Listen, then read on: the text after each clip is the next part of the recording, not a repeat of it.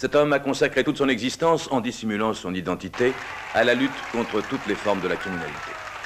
Je vous présente donc Santo.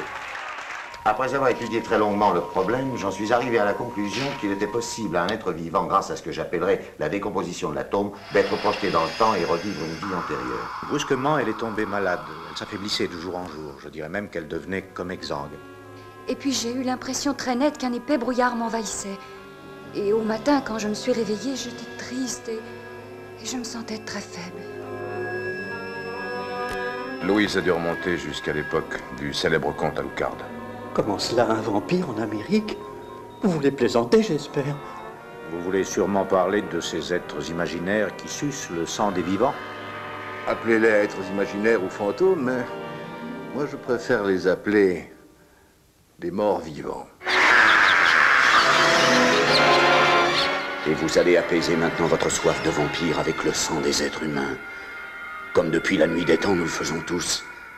Nous qui sommes arrêtés au milieu de cet étrange pont suspendu, situé entre la fin de la vie et le commencement de la mort.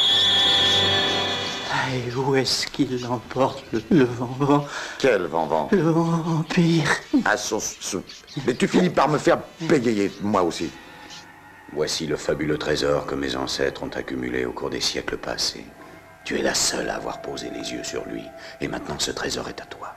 Je vais avoir absolument besoin de votre concours. Vous qui avez fait le chemin dans un autre siècle, vous pourrez nous guider jusqu'à sa tombe.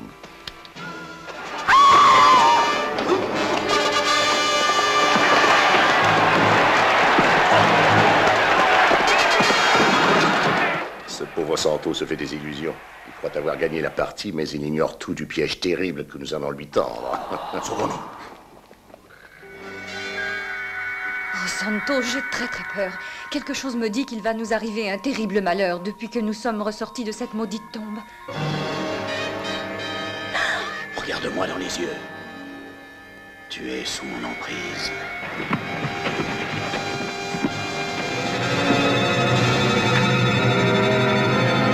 Il va la sacrifier.